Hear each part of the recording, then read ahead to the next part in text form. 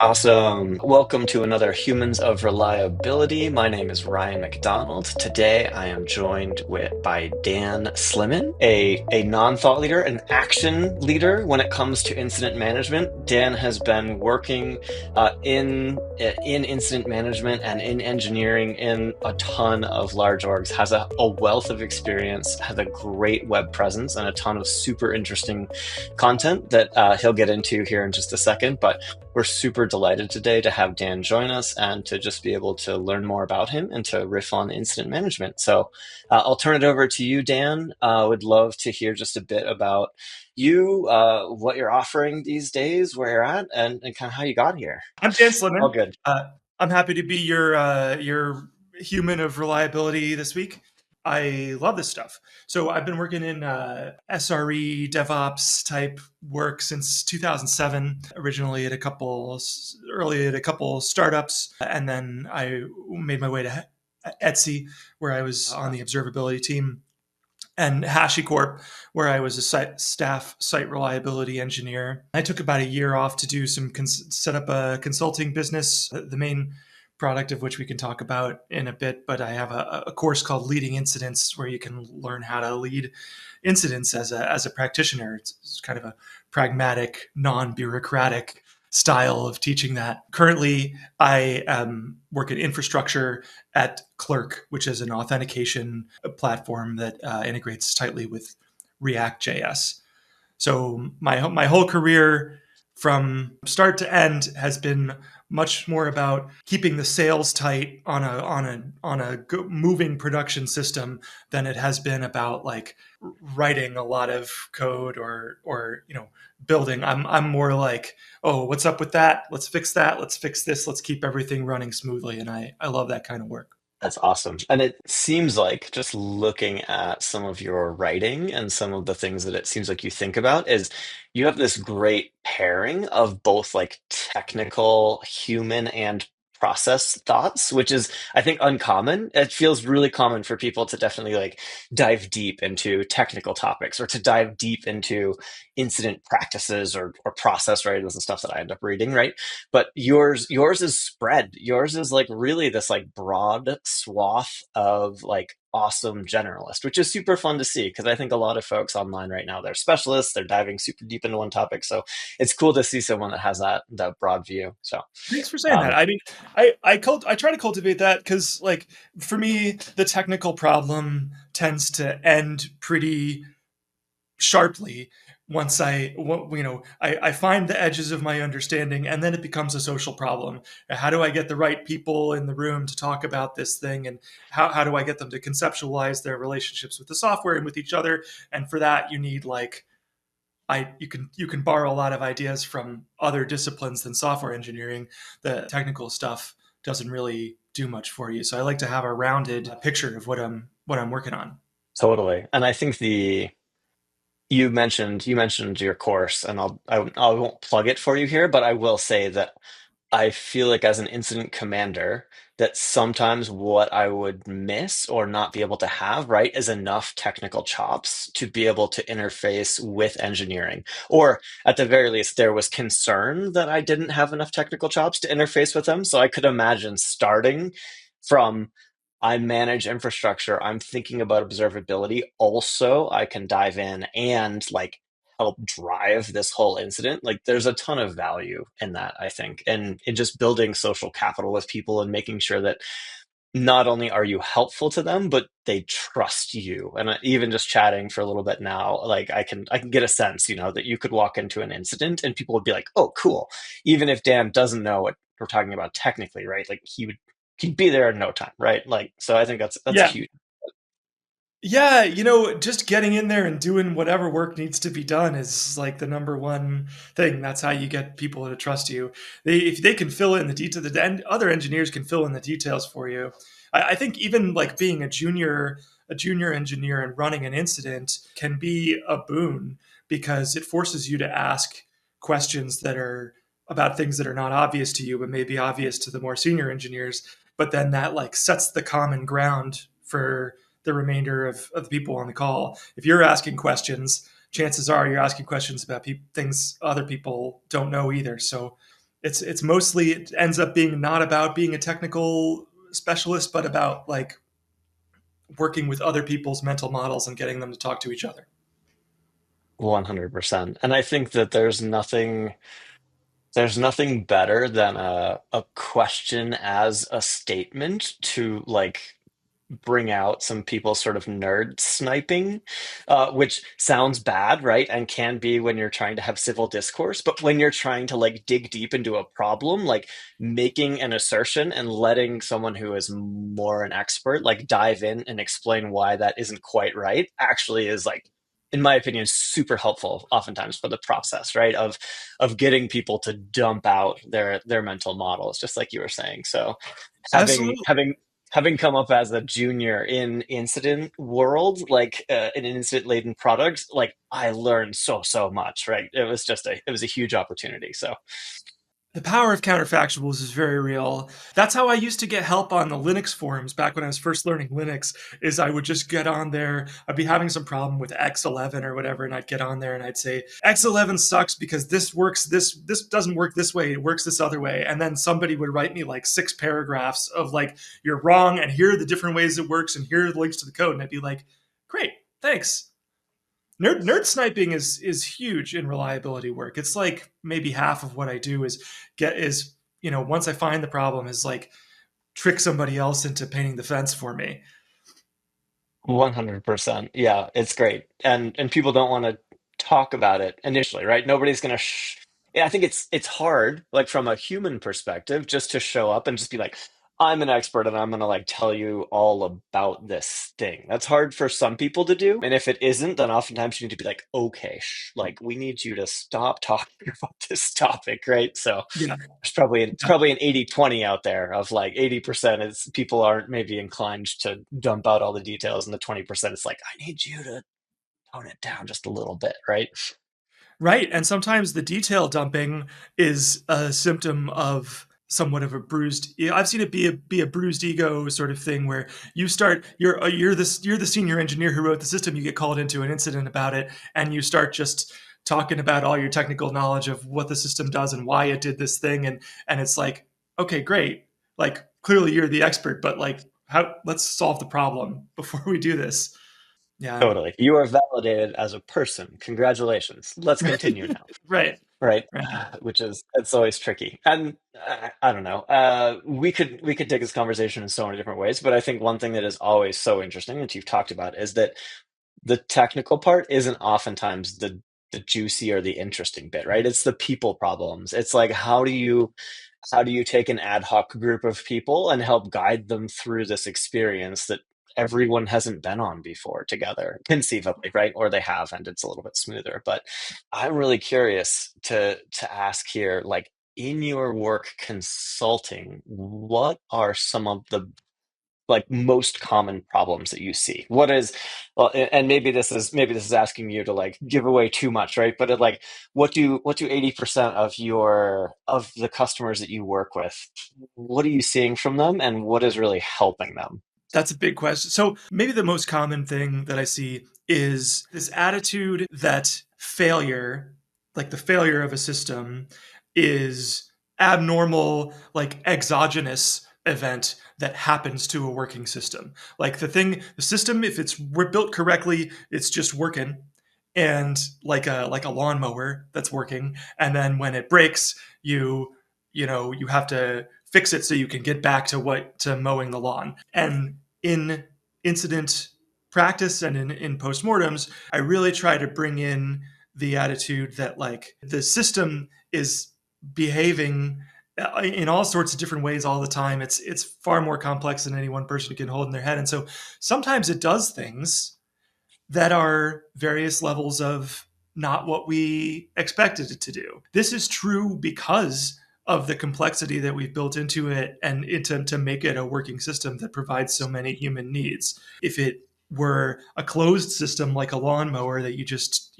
turn on and the blade starts spinning, then it wouldn't be able to do. It could only mow lawns, right? It couldn't do all the things that a complex software product can do for actual real people in the real world. So that's the sort of the price we pay for having a complex system. I get To that. I get summarize that. to It's su- people's to heads. summarize that, it sounds like having incidents is actually normal in complex systems. We should expect incidents in complex systems as opposed to expecting everything to just work.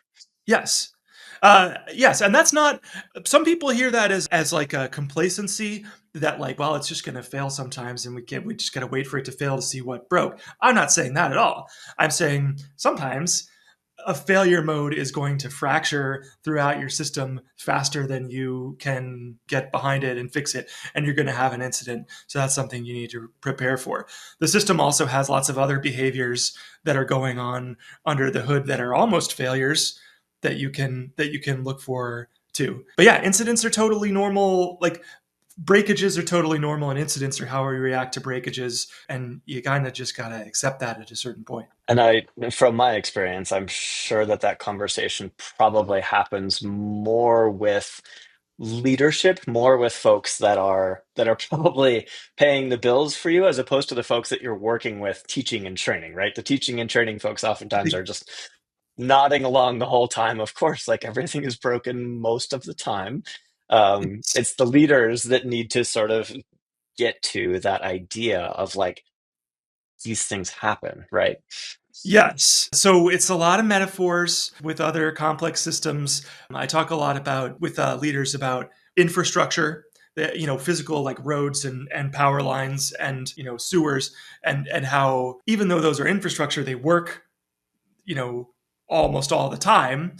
They're still built systems that are maintained by humans constantly and are subject to human action constantly, and they break down, and we have to figure out how to route around them and fix them while not interrupting the motion of the city. And so like generally that kind of thinking over a few different conversations starts to sink in when people start to see it around them in the real world and relate it to what their business does. That's awesome. Yeah. No, I definitely remember working with some leaders who said that they were interested in our engineering being so good that we could just not have incidents, that we didn't need an incident process because we'll just be so awesome. It just won't happen. And it was like, oh man, like this is gonna we are going to learn together about how complex systems work, and this is going to be a journey. And when we are done, ideally, we'll be ready for incidents, right? Instead of denying that they exist. So, um, It's a struggle. It's a struggle. I'm sure Rootley knows this too, but the incident response tends to be something that, for the reasons that you're talking about, it tends to be something that people don't really want to worry about because until it it's time to worry actually have the incident because it's like, well, it'll never happen to me. We'll just write working software. totally. No, and to your point, and I think to your offering, right, is like there's so much value in a little bit of preparation, right? And making sure that people are not looking for the tools that they need, are not looking for the attitudes or the mentalities they need when the incident starts. And I Mhm. feel like the course that, as you've described, and as I read the blurb on your site, I haven't actually taken it myself, but it sounds like it is trying to give people that sort of mindset framing before they just get tossed into an incident. Is that right?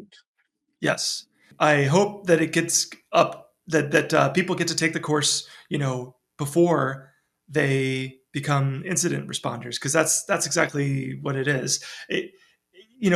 Very often you're taught when you start at a company, if anything, you're taught like here's how you page somebody and the incident management system. Here's how you like get into the incident management system and like document what you're doing, right? Status posts. You need to make this many status posts per 20 minutes or whatever. That's all stuff you have to know in a company if you're the incident responder. But there's a lot of stuff that is not taught. For example, how to because incident response is largely about like social and leadership skills rather than like following a process and doing the technical work of fixing the problem. So there's a lot of like, how do I delegate?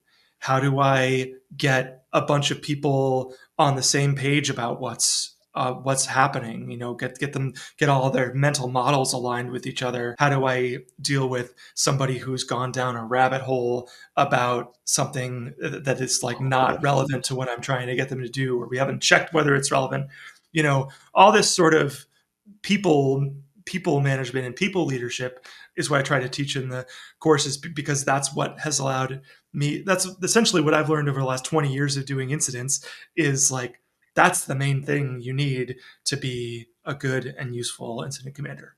Absolutely. Yeah. And I would say that back even earlier in our discussion, right? That notion of like being willing to ask questions, being curious during an incident in a directed way is like such an important skill. So super stoked that you're offering a product for folks, because as much as having good process, having tooling, and having people that are used to those things is helpful, that mindset part I think is the part that you could have all the tools in the world, but if someone doesn't have that mindset, like you're going to stumble and your first couple incidents are going to be rougher than they maybe need to be. So, Mm-hmm. yeah, That's awesome. how you learn, though. But if you want to learn, before that, if you want to learn some other way than making mistakes, d2e.engineering/leading is how you get my course. Check it out. Yeah, for sure, for sure. No, and thanks for putting that together. That's super cool. I'd like to shift gears a little bit. You mentioned working with leaders as part of your consulting practice and helping get people's sort of mindset. It sounds like both folks that are on the ground responding to incidents, as well as leaders that are leading a program that's responsible for incident management. I'm curious, like, what are the most important things from a cultural perspective that you try and help guide your clients towards when it comes to incident management? I guess the biggest cultural, like the best cultural intervention that I've seen work is a regular collaborative focus on the what the system is doing when it's not broken. So to get investment into incident response and that's that sort of preparation stuff, you need to change the attitude that, like I said, it's like a lawnmower. It's broken, it's working until it's broken. And the best way I've seen to do that is to arrange for groups of individuals from usually from different teams as each other to get together and look at the behavior of the system when it is not broken. Look at the telemetry, your graphs, your logs, your traces together, and talk about what's weird about it to you. And what this results in is people find things that are not yet outages, but that with a little bit of imagination is very easy to imagine how they might become an outage. Oh, this queue fills up sometimes and then it releases, all the messages get released out of it. What's up with that? Why is that happening? What if that happened for a little bit longer next time? Would that be a problem? Sometimes we send a blip of a few 500 errors in a little spike, but it only happens during weekdays, during daytimes. Well, what's up with that? Let's talk about that. And through this sort of proactive finding of situations where your system almost broke, almost had a customer facing impact, or almost had a bigger customer facing impact, then and like writing those down and talking about them publicly in a place where leadership can see that that's happening. You sort of start to develop the idea, well, it's not just, there isn't just a line from between working and broken. There's a continuum That of spectrum. all kinds of things that the system is doing. And so yeah, it's that sort of gets in people's mind that like eventually it's inevitable one of these things is going to progress faster than we can catch it, and so we better invest in that. um, that's how I think about it. It's a big picture kind of stuff. Nice. I really like the idea of using actual traces and logs and like digging into like what looks anomalous in our charts and graphs to like now today. I feel like sort of a parallel track, but probably less directly applicable is the notion of doing like a game day, right? Of running a simulation. And one thing that I've done for some of our customers in the past, right, is just look at failure cases and like start to draw. I know you love Venn diagrams from reading your blog, so but like draw a Venn diagram of like, okay, if we had this failure case happen, but also like, and it could be something really obvious, like GitHub Actions is down, right? Like, what do we do there, right? And I feel like that is the same sort of thing where you just like start to pull on these threads, and it's like, oh my gosh, like it really wouldn't take much for us to end up in this situation where, of the 5 or 6 people we have in this game day, nobody actually knew how to deploy, right? It was like, oh my gosh, like maybe we should, document that proactively. Maybe we should talk about this, failure case of, vendor and something common in our world failing. But the idea of using logs so that you actually are like basically pointing at a near miss automatically is like super clever. I really like that idea. You can use it for a game day too, actually, because for sometimes what I've done for game days, since I don't want to necessarily write a whole bunch of code to simulate a failure or do chaos engineering, I'll just pick a known error message that's in the logs that is not customer facing or that nobody's paying attention to, and then the incident, the simulated incident starts with a support ticket saying like, hey, we've got 3 support tickets of a customer complaining about this error. Well, so then you can organize around an error that actually exists in your, it's not, you don't have to fake it, you have to make something up, and you can organize around an error that actually exists in your system and maybe even fix it in the process of doing, your exercise. That's really cool. Yeah. And I love that starting point too of like support issued something, right? Like the idea that you game days don't have to involve technical wizardry, right? I think they can oftentimes spiral into these like, but how would we make that fail? And then what happens? And is that production? Is that staging? Does this feel realistic? And it's like, no, no, no, no. Like you can either use something that exists, right? Or you could just say like, all right, theoretically, what would happen if we stop getting responses from this, right? And I think that there's so much value there that you can start to dive into. So yeah, love the way that you're thinking about that. I always want to just fake it with a human. I love mechanical Turk style things where it's less effort, and if I just have a human put something into a spreadsheet or whatever, the focus should be on the incident response practices and getting them, learning them right. Anything, everything else is just like other stuff. And it kind of doesn't, back to the point about like pulling on threads. Sometimes people worry because we're engineers and we're like, oh, we want to do the most efficient thing. And if we're not doing the most efficient thing, then we're not showing enough value or not get promoted.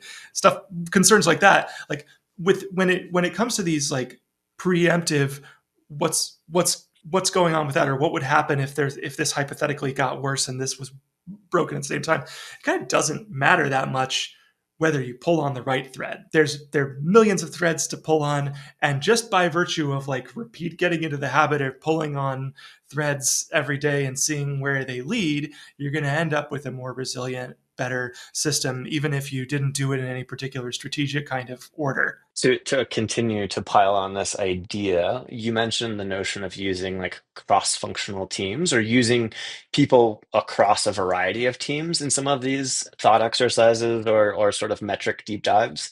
And I think that is so cool. And it's one thing that I've loved about incidents from the very beginning is that whether you're running a real incident, whether you're running a simulated incident, you're both giving people opportunities to like push into leadership roles into spaces that are outside of their normal job title. And you're building this web, this sort of connective tissue inside of your organization that makes your engineering org better. Like just because when you're getting someone from, the database team and the front end team and a couple others like all talking, like you learn so much more inevitably than if you just had one team siloed out like trying to smash through a problem. So Absolutely. Don't get me started on networks versus hierarchies, but you just did. So, but like, I think, let's go. Let's go. I think, if it doesn't work, if you don't mean it can work, you can learn something if you pull on a thread. But when you get multiple people in the room, something different, something qualitatively different happens where my assumptions, my mental model of the system doesn't match, but it overlaps with somebody else's. It doesn't match, but it overlaps with somebody else's.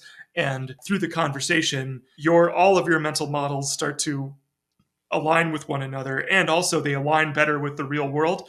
And just that, even if it comes to nothing, even if it comes to, oh, this error happens whenever somebody sends an invalid URL to our Cloudflare worker, and it just sends a 501, and that's fine because those requests are probably from security scanners. We don't need to worry about it. Let's just ignore these. Even so, you've accomplished is that everybody now who was in the room knows that, has an intuition about what those kinds of errors mean and what kinds of other kinds of errors might mean in the future, and has an agreed upon picture of how the system fits together, which will make future incidents less likely and less costly. And if nothing else, not going down that red herring path, the next time they see that, right? It's like, nope, nope, we don't have to worry about that, right? We can Exactly. like eliminate that immediately and know more about systems. So, yeah, We can it's eliminate it immediately, and we have practice like explaining to each other why something can be eliminated immediately. We don't it could be makes people less afraid to say you're wrong, because they can say like, I know if you were right, we would expect this, and I don't see this. I feel like this is a really good segue as you're talking about empirical evidence. One of your big taglines on your site is this notion of scientific incident response. Can you dig into just that mindset and why that is, why those are the terms that you landed on? Sure. Yeah, I majored in physics and math. I got double major in physics and math. That's where I learned how to do computers. By the end of college, I was like, well, actually, turns out I like computers a lot more than I like physics, and I'm better at it. Decided to leave the physics to the professionals, but the science mindset stuck. And my wife also is a vet, so she thinks a lot in terms of differential diagnosis, sort of the diagnostic procedure that's used in medicine, where a bunch of doctors get together and they say, all right, here are the symptoms. Now, what are our differentials or hypotheses about what could be causing this problem? And what actions are we going to take? What tests are we going to do to rule out some of the differentials, which will change how we're thinking about the problem? Cycle through this as a group until either we have a diagnosis or the patient dies. In our case, the patient never dies unless like the business goes under. So we get to keep cycling and cycling until we solve the problem. And this kind of thinking, like doing this explicitly at least a few times, is a really good exercise, because it gets people formulating and offering hypotheses and disproving trying to prove or disprove hypotheses. I try to focus on like falsifying, like disproving hypotheses rather than proving them. We sort of take this scientific attitude, or like, oh, okay, we have this complex system. There's only some finite set of ways that we can get like insight into what it's doing, and so first we need a hypothesis that explains the symptoms before we can decide how we're going to proceed. Is an excellent way to get teams to keep moving forward during an incident, instead of getting stuck in these eddies of thought, either tunnel vision or jumping from one hypothesis to another and not spending too much time on it. It gets everybody on the same page about what we're doing and how we're doing it. So that's what I call scientific incident response, or clinical troubleshooting, I call it sometimes.